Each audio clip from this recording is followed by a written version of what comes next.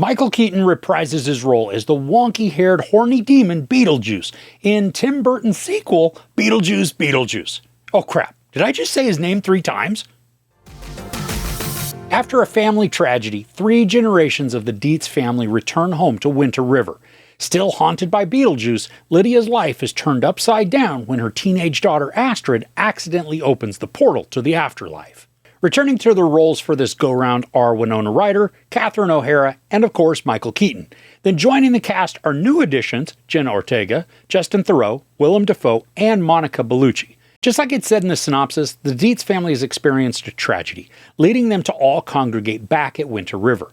Once there, Winona Ryder's Lydia, Astrid, Lydia's daughter, who's played by Jenna Ortega, Rory, Lydia's boyfriend/manager, played by Justin Theroux, and Catherine O'Hara as Delia are present when someone unfortunately utters Beetlejuice's name 3 times and then starts a whirlwind of silly chaos. The nostalgia in this movie is great. There are many visuals that are pure fan service, allowing anyone who loved the original to travel once again to the small town and feel right at home with the creepy Victorian Gothic house. Ryder as Lydia, she retains all of the mannerisms and charm she did previously, with the new added complications of a teenage daughter, a thriving TV show, and a budding romance. And I love how Lydia hasn't evolved in her appearance. She's staying true to herself and has maintained the goth vibe well into her adult years.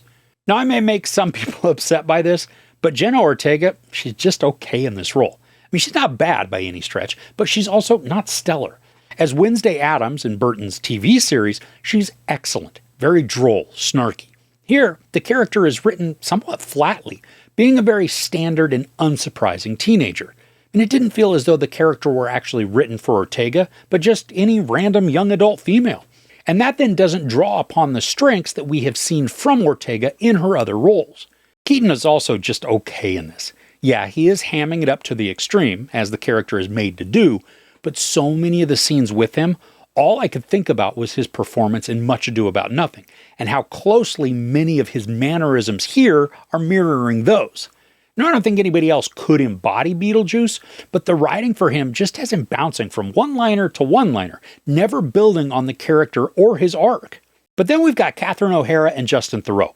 These are scene sealers. I mean, O'Hara, she is a slightly toned-down version of Moira Rose from Schitt's Creek, still with theatrics and the need to over-emote in just about every instance.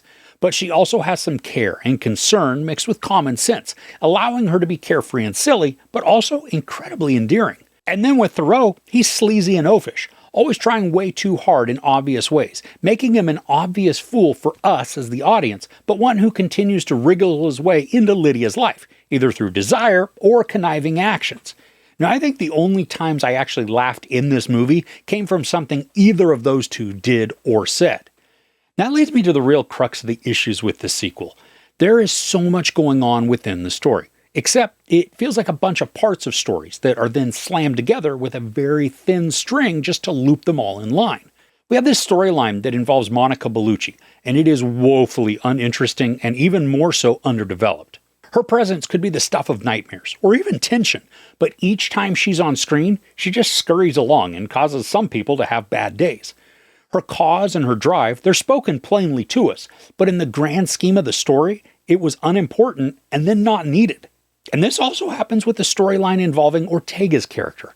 I was less annoyed that the entire trajectory was obvious, and more upset that the MacGuffin that's introduced to affect her character could have been so much more engaging or executed more creatively.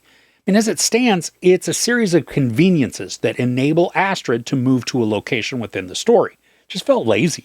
Now, the film has this gimmick that will either work for you or annoy the crap out of you. For me, it was unfortunately the latter.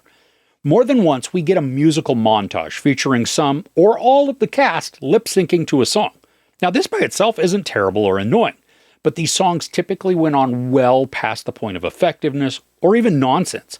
They simply became time fillers that felt like an impotent and terrible music video. For being an hour and 44 minutes, so much of the story, or rather stories, felt rushed and barely touched. I mean, I appreciate the family drama and the connection that we watch grow with Lydia, Astrid, and Delia.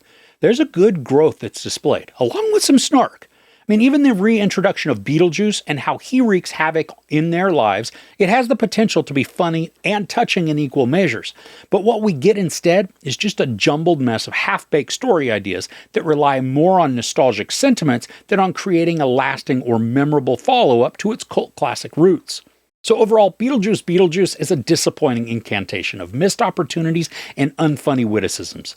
While the callbacks to the original are well-intentioned, they don't serve the current narrative in meaningful ways, resulting in choppy storytelling, ill-conceived character arcs, and pointless plot points. Luckily, Catherine O'Hara and Justin Theroux work some magic to create engaging personas, but there's unfortunately no afterlife for this one. It's fully dead and decaying right where it lies. There's no sex and nudity, little profanity, and some violence. I give Beetlejuice Beetlejuice 2 out of 5 couches. I was really hoping that this would have been worth it to see, but you're better off just watching the original. Alright, so what's your favorite Michael Keaton role? It can't be Batman. Let me know in the comments below. If you enjoyed this review, please give it a like. Also, don't forget to share and subscribe. I'm Chris. This is Movies and Munchies. Thanks for couching with me.